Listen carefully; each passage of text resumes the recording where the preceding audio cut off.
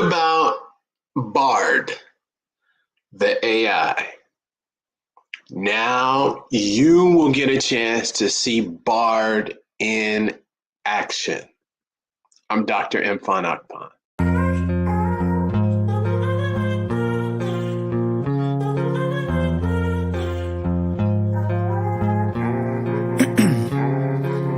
Ice in my veins, I've been driving this train. Years in this lane, there's no stopping this flame. Cause I came to the game and I changed it to play how I like, rearranged it to my own domain. Yeah, I got what it takes, made lots of mistakes, taking shots. All right, so we've been hearing a lot about ChatGPT, Bard, Microsoft. There's a lot of things going on. I wanted to give you a chance to see what Bard looks like or how it works in real life. So for those of you who are listening on the podcast, I highly recommend you go to YouTube, subscribe, and watch this video. So the first thing I wanted to share was that I received an email. So I was on the wait list. So on March 25th at 7:18 p.m., I received a email saying that it's my turn to try Bard. So I was pretty excited about this, excited to try out the new AI and see where things are moving, because this is the future. This is where, when we talk about search, when we talk about technology, when you think about business, you think about education, this is where things are going. So let's take a look at Bard. This is Bard. So if you notice in the left-hand corner, it says Bard experiment. So it lets us know it's an experiment. And it says, I'm Bard, your creative and helpful collaborator. I have limitations and won't always get it right, but your feedback will help me improve.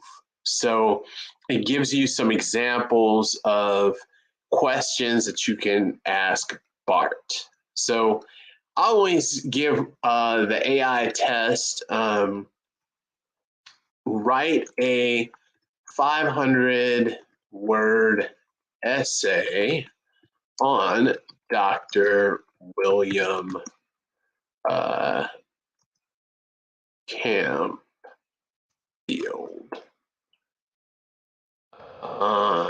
Did I spell? I got the spell check going. Yeah, I spelled that correctly. And he was a CPA. So you may be asking, who is Dr. William Campfield? He is the first African-American PhD CPA. So I wanted to see how accurate this is and how well this works. And some of the information is correct and some of it is not. So he did not work for PwC. He got his PhD in the 60s. He was a prolific writer. So looking at this, it did write the essay. However, some of it is not correct. So it did not do a very good job on this. But what I think is interesting, it did come up with the content quickly. I'd say this was a bad response. I'm giving it some feedback, so hopefully it will learn. If you click here, it has different drafts. So we can view different drafts of the search content. So This is very interesting. So you can find some bullet points. Some of that is not correct. Some of it is correct. So I think Bard has a way to go. It is true that it is and I haven't done a word count either.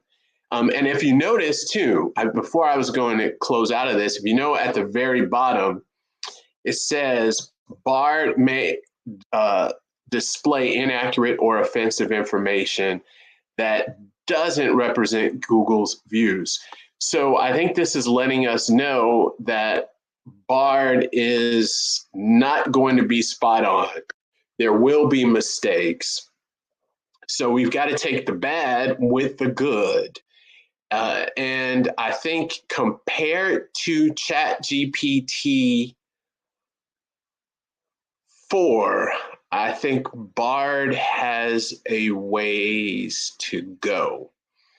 Am I comparing? So the argument would be, are you comparing apples to apples or apples to oranges? I would think, I would say I'm comparing apples to apples, maybe a different type of apple to another type of apple, but they're apples to apples. So I'd love to hear what you think about this, what you think about Bard, if you've tried Bard, heard about Bard, and have tried ChatGPT. What are your thoughts between the two? How do they stack up?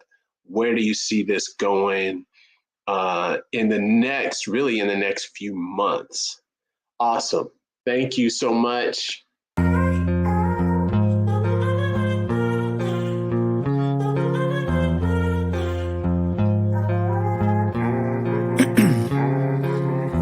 In my veins, I've been driving this train, years in this lane, there's no stopping this flame, cause I came to the game and I changed it to play how I like, rearranged it to my own domain.